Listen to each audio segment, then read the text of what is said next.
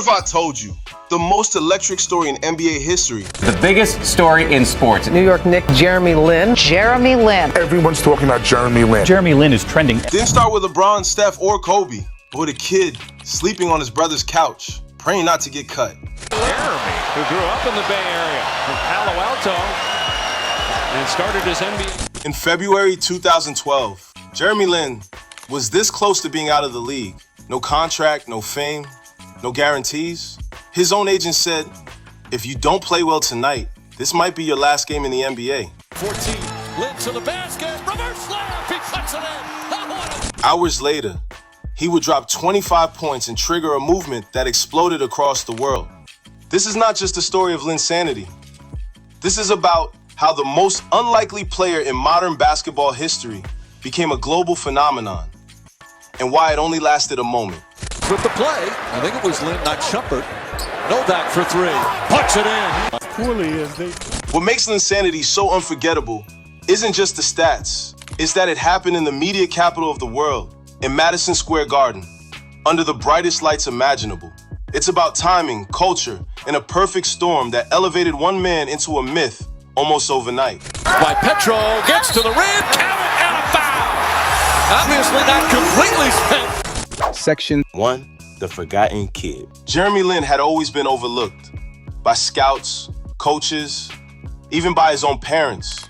His mom and dad, both 5'6", couldn't understand his obsession with basketball. But as long as his grades stayed high, they let him play. He did more than just play. He dominated. At Palo Alto High School, Lin averaged over 16 points, 4 assists, and 2 steals as a senior, and led his team to a 32-1 record, knocking off powerhouse Mater Dei for the title. And still, no scholarship offers. None from Stanford, the school across the street, none from UCLA. He wasn't unknown. He sent out highlight reels and full game tapes himself. Coaches just didn't see it. Maybe it was because he was only a 2-star recruit. Maybe it was his skinny 6'1" frame. Or maybe it was because he was Asian. To add insult to injury, Lin's Palo Alto squad beat future NBA players and blue chip recruits. Yet he was the only one ignored. His rejection wasn't about merit. It was about perception. Something Jeremy would fight against every single day of his career. Section 2, beating stereotypes. Let's be honest. Fields to Lin. Lin reverse, backs it in. Jared Jeffrey started it. Asian American point guards in Division I basketball, basically non-existent. And in the NBA, forget it. Lin heard it all, from fans, players, and yes, even coaches. They'd mistake him for a trainer, call him soft, say he didn't belong. But Jeremy didn't fold. He stayed confident, kept grinding, and eventually, Harvard noticed. Not Duke, not Kentucky, but Harvard. A school more known for law degrees than layups. Still, it was a foot in the door. Even Harvard, the one school that gave him a shot. The Hornets have been operating in front the entire contest. Backdoor cut. Lin! Off the 5 from Kaminsky. Right in stride, too. Lin didn't have to slow down a bit. Didn't have a basketball culture. Their gym held 1,700 people. Lin didn't get nationally televised games or national media exposure. Section 3, from Harvard to heartbreak. At Harvard, Lin started weak, physically undersized, often benched. But by his sophomore season, he was dropping 13 points a game. And by junior year, he exploded. 18 points, 5 rebounds, 4 assists, and 2 steals, with elite efficiency. By the time he was a senior, Lin had become an Ivy League legend. He dropped 30 points on Kemba Walker's UConn team. Lin puts it up, puts it in. Terrific start. And listen to this Spartan crowd. And graduated with an economics degree, plus records in points, assists, rebounds, and steals. So of course, he went undrafted. NBA teams saw the same thing college coaches did years earlier. A smart kid who didn't pass the eye test. Scouting reports said his jumper was shaky, his frame too thin, and his game not athletic enough for the league. Here's the crazy part. Lin wasn't just good at Harvard, he was historic. He became the only Division I player ranked top 10 in scoring, assists, steals, field goal percentage, and three-point percentage in his conference. That's not good for Harvard. That's good, period. Section 4. The math said yes. Daryl Morey, then GM of the Rockets, ran Lin's data through an advanced model. The numbers ranked him as the 15th best player in the draft. But even Morey didn't pull the trigger. A year later, when the Rockets started measuring players' first 2 steps, Lin ranked number 1, fastest acceleration of anyone. He had the talent, but people just didn't believe it because of how he looked. Still, one exec believed. Donnie Nelson of the Mavericks. Lin balled out in Summer League, then signed with his hometown Warriors. And barely played. Think about that. Teams literally had the numbers telling them Jeremy was elite. But decades of stereotype bias clouded judgment. He objectively had elite acceleration and IQ, but subjectively, he didn't look like what they thought an NBA player should be. Section 5.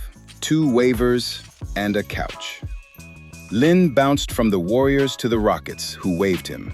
Then, just after Christmas 2011, the Knicks picked him up off waivers. He was behind Tony Douglas, behind Mike Bibby, sleeping on couches, afraid to even rent his own apartment. On February 3rd, the night before the breakout game, his brother asked him to leave. They had guests coming, so Lin slept on teammate Landry Fields' small rental couch. No one knew what would happen next, not even Lin. Imagine that, you're a pro athlete playing at Madison Square Garden, but crashing on a rental couch like a broke intern. The emotional toll was brutal. Lin didn't even unpack his bags. He was constantly bracing for bad news. Section 6. The Nets game, Linsanity begins. February 4th, 2012, Knicks versus Nets. It was the way he played. Lin attacked the rim with fearless energy. He ran the pick and roll like a seasoned vet. And most of all, he made the Knicks fun. MSG hadn't been that alive in years. Section 7, unstoppable streak. The next game, 28 points and 8 assists against Utah. The game after, 23-10 versus John Wall. And then came the Lakers. Kobe Bryant dismissed him before the game. I don't know who he is. By the end, Kobe knew. Lin torched the Lakers with a career-high 38 points, outscoring Bryant himself. He hit a dagger 3 in front of the bench and officially turned into a superstar. Merchandise sales exploded. His jersey became the hottest item in basketball. Linsanity was on every TV channel, magazine cover, and morning talk show. Every arena he entered became a Lin home game. Celebrities filled courtside seats. Chinese media swarmed every Knicks practice. For the first time, an Asian American athlete wasn't just representing, he was dominating. Section 8, game winners and records. Lin dropped 20 plus in 3 straight, then nailed a cold-blooded game winner in Toronto. With the score tied, he waved off the screen like a seasoned vet. Pulled up, splash.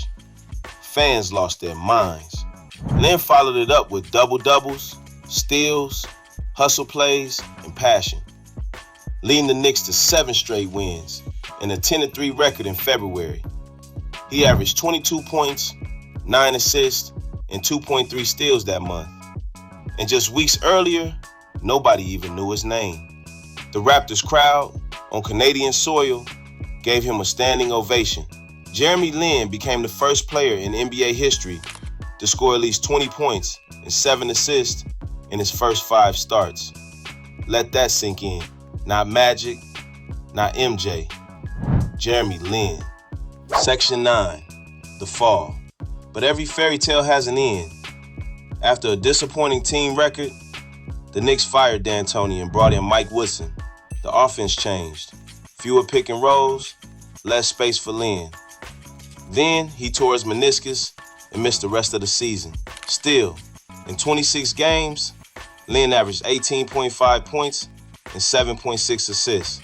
The Knicks made the playoffs thanks to his run, and his jersey ended the year as the second best seller in the entire NBA. But when the Rockets offered him a 3-year, $25 million deal with a massive third-year poison pill the Knicks refused to match.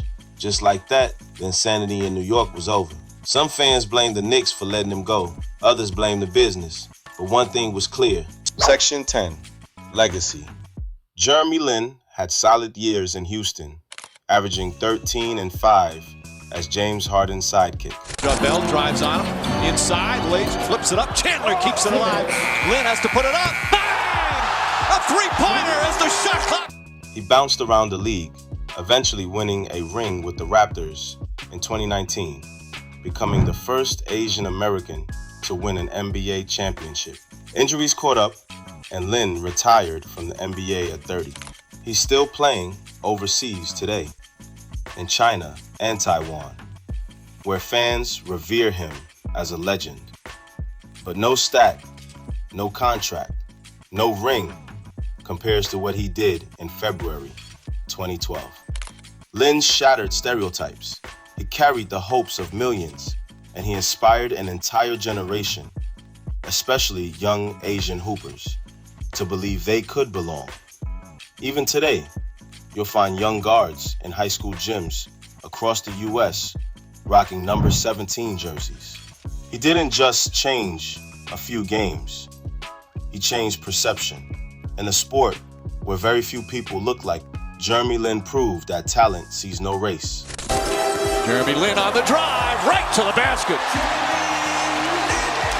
Got him. Jeremy Lin never liked the spotlight. He never wanted Linsanity, but for millions of fans, especially in New York, those 2 months were pure magic, the kind that only happens once in a lifetime.